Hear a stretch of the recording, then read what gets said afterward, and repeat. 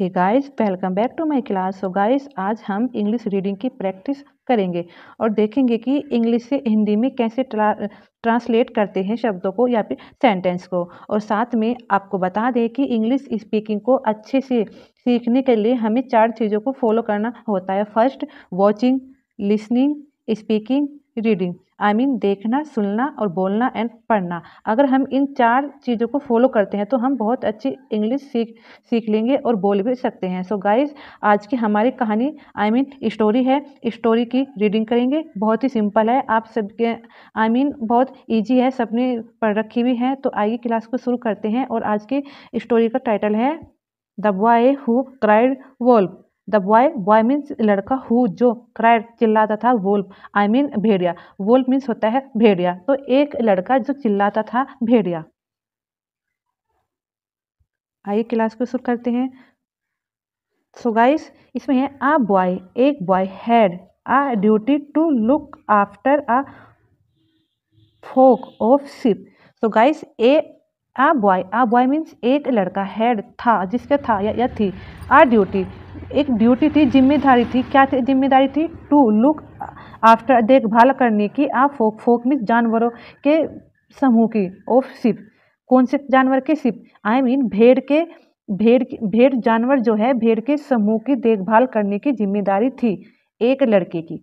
तो इसे फिर से रिपीट करेंगे। A boy had a duty to look after a flock of sheep. भेड़ के समूह की देखभाल करने की ड्यूटी थी एक लड़के की। तो आप इसे ऐसे बोले, एक लड़के की भेड़ के समूह की देखभाल करने की जिम्मेदारी थी। Next, one day he started shouting.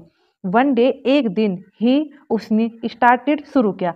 जो हमारी स्टोरी होती हैं वो हमारे पास्ट की होती हैं। तो जब हम उसे रिटर्न में लिखते हैं या फिर बोलते हैं या फिर सुनाते हैं तो हम उसमें पास्ट की फॉर्म का ही यूज करते हैं।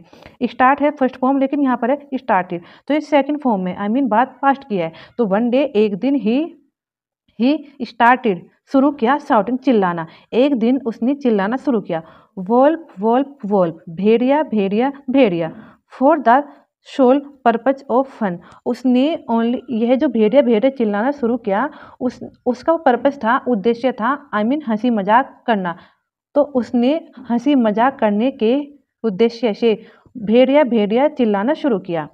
On hearing him, on hearing होता है सुनकर, हिम उसको सुनकर, द विलेजर्स गांव के लोग, रस्ट भीड़ के साथ, टू हिज हेल्प उसकी सहायता के लिए आए। तो द विलेजर्स गांव के लोग, रस्ट होता है भीड़ के साथ इकट्ठा होकर के गांव के लोग आए, टू हिज हेल्प उसकी सहायता के लिए। What started as a figment of his imagination, तो उसने शुरू किया कि यह तो मेरी झूठी कहानी उसकी। उन्होंने देखा कि वहाँ पर कोई भेड़िया नहीं है, तो उन्होंने आपस में बात कहनी शुरू की, स्टार्ट किया एज अ पिगमेंट, कि यह एक झूठी कहानी है, वह हमें अपने काल्पनिक कहानी सुना रहा है, कहानी सुना करके चिल्लाकर हमें बुलाता है। तो ये एक मनगढ़ंत कहानी है और झूठी कहानी बनाकर वह गांव के लोगों को बुलाता है, परेशान करता है। नेक्स्ट, बिकम ही हॉबी, और यह उसकी हॉबी, आदत बन गई है। एंड और he started fooling the villagers, और उसने वह मनगढ़ंत कहानी बनानी शुरू कर दी थी, उसने अपनी कल्पना की।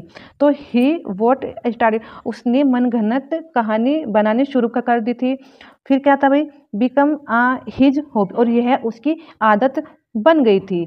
He started fooling the villagers, और उसने गांव के लोगों को मूर्ख बनाना शुरू कर दिया था। One day when a wolf really come, एक दिन, व्हेन माने जब, अ वुल्फ रियली कम एक दिन जब सचमुच में भेड़िया आया। Nobody come and as a result, no कोई नहीं आया। जब फिर से उसने, जब सचमुच में उसके सामने भेड़िया आया तो कोई भी गांव का आदमी उसकी सहायता के लिए नहीं गया, और उसका परिणाम क्या हुआ? द बॉय वाज किल्ड, वह लड़का मारा गया।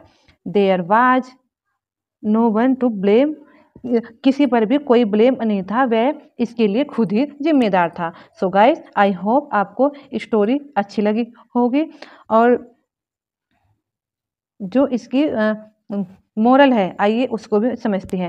नेवर लाई, कभी झूठ मत बोलो। No matter how bad the situation is, चाहे कितनी भी बैड सिचुएशन है, हम कितनी भी बड़ी मुसीबत में हैं, हमें कभी झूठ नहीं बोलना चाहिए। So guys, thank you for watching.